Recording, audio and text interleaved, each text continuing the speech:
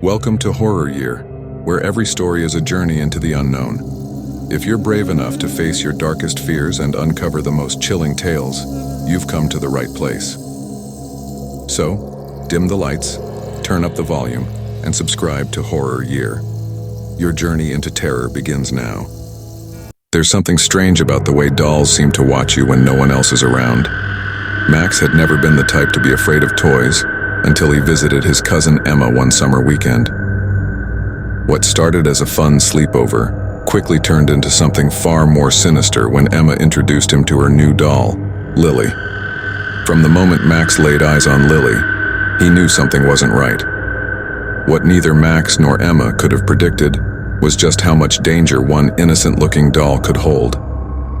Max always loved visiting his cousin Emma. Her house was filled with the coolest toys and they would spend hours playing together. But something changed the day Emma brought home a new doll. It wasn't like her other dolls. This one had a presence about it. Lily, as Emma named her, had glassy, unblinking eyes and a smile that seemed carved on her face.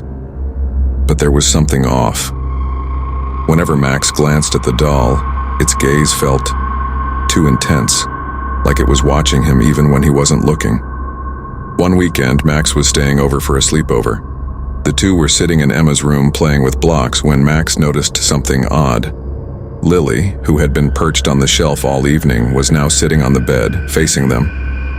Max's heart skipped a beat. "Emma, did you move Lily?" Emma looked up from the blocks, frowning. "No.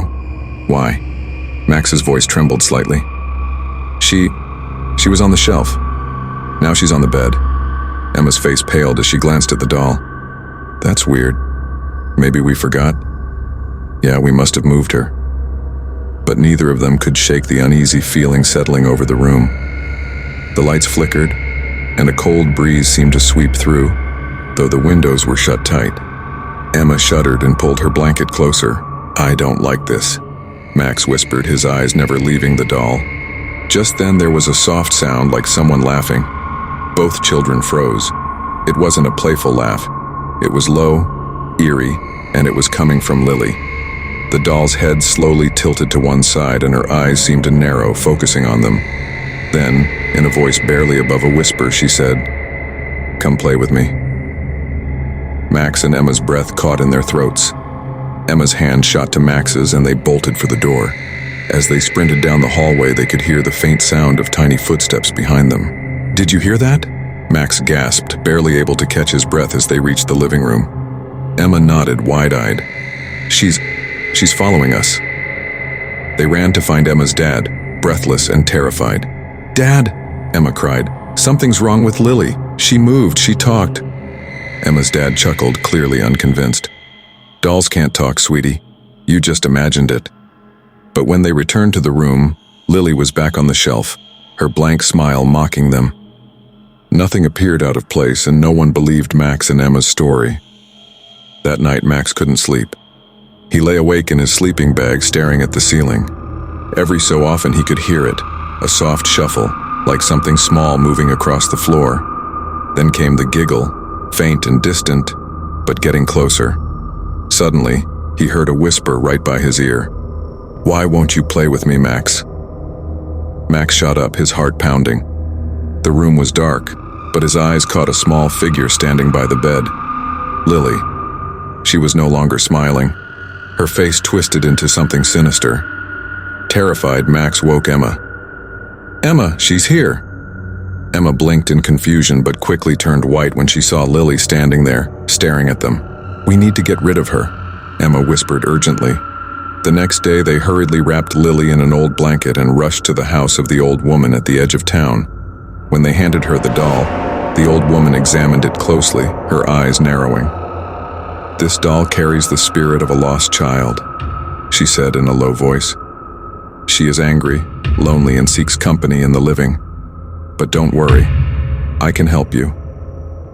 With careful hands, the woman performed an ancient ritual, burning sage and chanting words in a language Max and Emma didn't understand. As the ritual went on, the air around them seemed to grow heavier, then suddenly lightened, as if a weight had been lifted.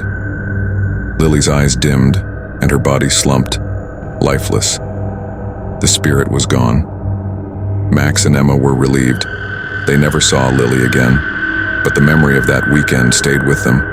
They never dared to speak of it to anyone else. And from that day on, they stuck to ordinary toys. Nothing with glassy eyes or twisted smiles ever again.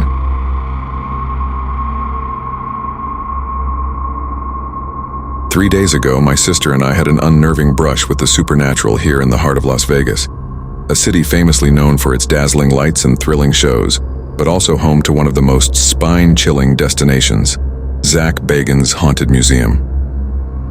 My sister had come to town for the weekend, and since both of us are avid fans of ghost adventures, we thought a tour of the museum would be the perfect way to indulge our shared fascination with the paranormal. I'd been before, bringing my mother along for a similarly eerie experience, but nothing could have prepared me for what awaited us this time. As the tour progressed, we entered a dimly lit room that housed Peggy, the infamous haunted doll. The guide's voice took on a grave tone as she spoke of Peggy's malevolent energy, one of the most notorious objects in the museum. "Never look her in the eyes," she warned, as if her gaze alone could be enough to summon a storm of misfortune. For those brave enough to communicate with Peggy, a special device was provided. Despite our previous calm visit, something felt off this time. As we stood outside Peggy's chamber, I suddenly felt an overwhelming wave of dizziness. My heart pounded violently, as if a drum was being beaten inside my chest, and a suffocating lightheadedness washed over me. An unsettling wave of emotion gripped me, and I fought back tears that threatened to betray my composure. Instinctively, I signaled the tour guide that I needed to use the restroom. She hurriedly led me down a corridor, my sister anxiously following close behind. The moment I stepped into the restroom, the oppressive fog of nausea lifted, and I felt a strange sense of calm. After a few minutes of catching my breath and gathering my wits, I emerged feeling markedly better. We rejoined the group, and the tour guide revealed something that sent chills down my spine. She shared that while my experience was among the milder ones, she had witnessed far more intense reactions from visitors who had been near Peggy. Some claimed to feel as if they were being watched, while others experienced panic attacks and fainting spells. Though I consider myself a skeptic with a healthy respect for the paranormal, this encounter left me pondering. Was it Peggy's dark influence making its presence felt? Or was it a sign from protective forces warning me to steer clear of the doll's sinister energy? As the days pass, the incident lingers in my mind, a vivid reminder that the boundary between the known and the unknown can be perilously thin. As we step back into the bright lights of Las Vegas, the eerie feeling from Peggy's chamber seemed to cling to us, a ghostly reminder of the thin veil between the known and the unknown. The unsettling experience lingered in my thoughts, blurring the lines between skepticism and belief. Though the museum visit had ended, the shadow of that encounter remained, a chilling testament to the mysteries that still lie beyond our understanding.